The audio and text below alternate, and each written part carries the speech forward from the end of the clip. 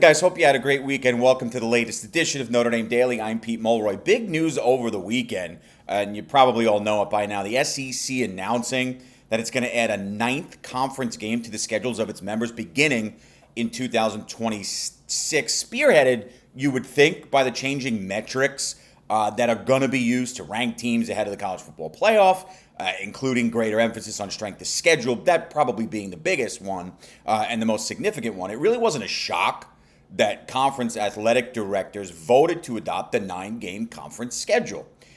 And while this has been a popular topic of discussion the past 48, 72 hours, somewhere in there, one major question was how this would impact an independent program, most notably Notre Dame.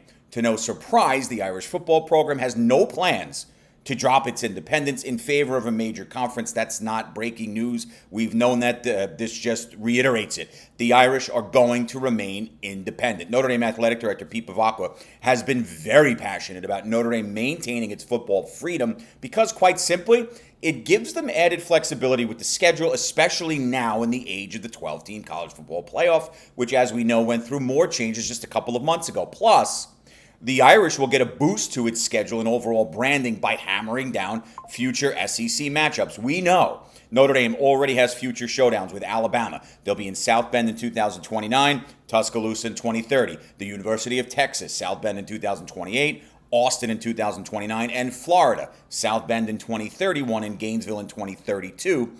But it's all but a foregone conclusion that Notre Dame will continue to add opponents from the SEC, both in South Bend and on the road, which is great for scheduling, monetary reasons, ranking stipulations in there as well. It's all positive for all of these teams, specifically Notre Dame. Notre Dame's marriage also with NBC Peacock is an added reason to maintain independence. That's notoriety, and with that comes additional green.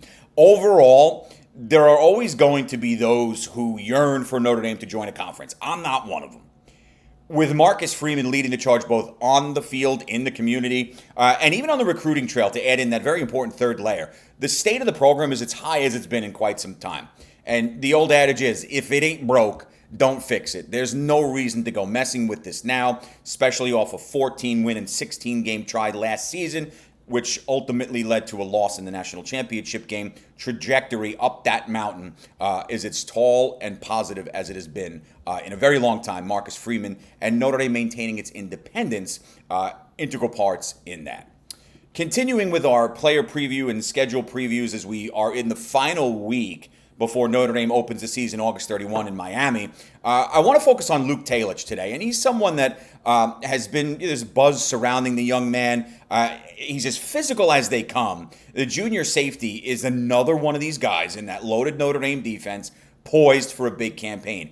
And on the heels of a strong spring, which included, you'll remember back to the Blue Gold game, Talich made two very impressive goal line stops on consecutive plays and continued that into fall camp. Veteran player in the Irish locker room, 6'4", 210-pound specimen, hailing from Cody, Wyoming. He's expected to be the starting safety opposite of Don Schuler this season, though, as we know, freshman Tay Johnson will see a good amount of time back there after a strong camp and offseason of his own. Plus, not to mention, it's a good sign for Marcus Freeman and Chris Ash that high-level players on the back end continued to develop, especially with another difficult schedule on hand this season. Talich is fun to watch, and he's been fun to watch develop because he's incredibly gifted against the run. And if he's able to further develop his coverage skills, as we expect, the Irish are going to have a steadily reliable back end of the defense. And as we know, that's something of a rarity, even in high-level football, to be able to have that rotation, almost plug and play, including true freshmen that you can rely on. That's a big deal. Notre Dame's going to absolutely lean on the high football IQ and toughness of Talich, because those two components are always viewed as contagious. Right? You have that leadership, you have the toughness, the tough mentality, the proper mindset. It rubs off, especially on the youngsters. With Talich, Schuler's corner, Leonard Moore and Christian Gray, and additional support from the likes of Devontae Smith, Jalen Stroman, Johnson, Cree Thomas, Dallas Golden, and the other youngsters in there. Jadon Blair is one that stands out. The Irish secondary is poised to be a dominant group. Luke Talich, one way or another, is going to be a massive part of that. He's going to be fun to watch. Mark my words, you're going to see him a lot on Saturdays, and hopefully in a positive note to start the season on Sunday, the 31st, at the end of the month. And we'll end the show as I continue with the schedule previews here. A trip to Fayetteville for a date with Arkansas is going to be followed by a home game against visiting Boise State on October 4th. That'll be Notre Dame's 5th game of the season. It's also the Irish wear green game. That'll be a 3:30 p.m. Eastern Time kick on NBC. It'll be the first time the two programs have met in their football histories. And for Boise State, gone is stud running back Ashton Jeanty, now with the NFL's Las Vegas Raiders, top 10 pick there. And while losing that type of firepower out of the backfield, especially coming off a season which the Broncos advanced to the CFP, is not going to be easy, the Boise program is in good shape overall. It really is. Fresno State transfer Malik Sherrod, along with Breezy Dubar, Sire Gaines, and Dylan Riley, are going to look to fill the void left by Jeanty, with each bringing their own variety of skills, which the Broncos hope balance out, as any coaching staff would, speed and power coming out of that backfield. Those are attributes you need to have, and if it doesn't come from one player, we know Notre Dame's got a great stable, but it's led by the 1-2 punch of Love and Price. If Boise State can get that rotational production, I think they'd be whistling Dixie for most of the season. And while they have to develop their run game, they have a handful of unknowns, and this is what really stood out to me in researching and watching some of the film and some transcripts that I had been reading, is that on the outside, this is probably where the most question marks offensively exist for Boise State, and that could be a problem for them when they arrive in South Bend, given what the Notre Dame secondary, as I just said, possesses. Maddox Madsen's going to serve as QB1 for second-year head coach Spencer Danielson. He's been with the program since 2017, but in a variety of defensive coaching roles. His first campaign as head coach last year was a hell of a run, ultimately getting to the college football playoff. Defensively in this one, Notre Dame will see a Boise defense that returns 5 of its most impactful players from last season's group, led by safety Ty Benfield and corner Amarian McCoy, who's a really good-looking player, physical and fast, and he's got a high IQ for the game of football. Former Notre Dame corner Jaden Mickey is also back there, so the hope for Boise State staff is that veteran play keeps them strong on the back end while not allowing big plays to happen. And if you watched anything outside of the CFP with Boise State last year, if they did have a hiccup or two along the way, it was being exploited on the third level of the defense by giving up the deep ball. They hope the talent and veteran leadership back there erases that this season. Overall, it's another Boise team that possesses solid talent up and down the depth chart, and they're going to open the season, as we know, in the preseason AP Top 25 once again. And this game against Notre Dame is easily the biggest one on the schedule for the Broncos during the regular season. So you would expect them to be ready to roll October 4th when that ticks up on the calendar. First-time matchups are always fun as well, and this one's not going to be any different for the Irish, especially since it's against one of the premier mid-majors in the sport, and one that does have a shiny history of itself, albeit in different fashion, of course, than the one Notre Dame carries. They've had some big wins in Boise State program history, and you get players, Jared Zabransky, the old great quarterback, stands out. Ian Johnson, who had the game-winning play years ago in the Fiesta Bowl against Oklahoma, and all the things they've done lately, especially last season, going to the college football playoff, which was a huge moment for the program and for mid-majors everywhere. So we'll see how Boise State responds this year, but it's not going to be an easy one for Notre Dame. And we'll see what it looks like once we get into October, because we'll know a lot more about all of these teams, including Notre Dame. 1 week after the Broncos head to town, the Irish will welcome familiar opponent in North Carolina State, meeting for the 5th time in their histories on Saturday, October 11th.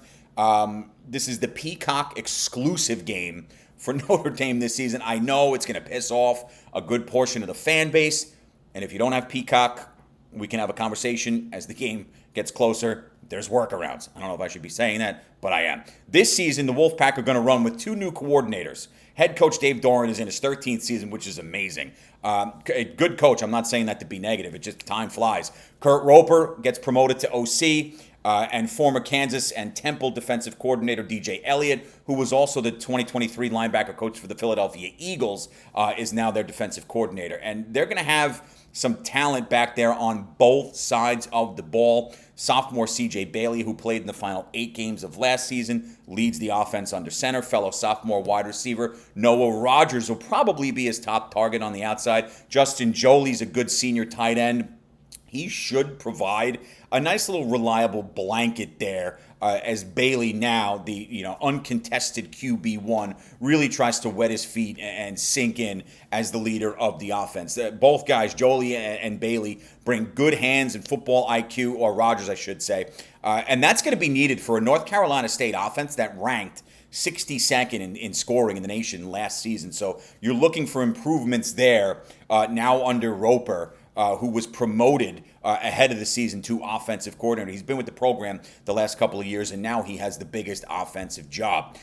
For the Irish offense in this one, they can expect to see a defense that's going to bring loads of pressure throughout the game. Creating chaos is something of a staple in Elliott's schemes historically, and this season is not going to be any different. Brandon Cleveland is an anchor on the D-line up front. He's going to have his hands full, and Notre Dame, it's a two-way street.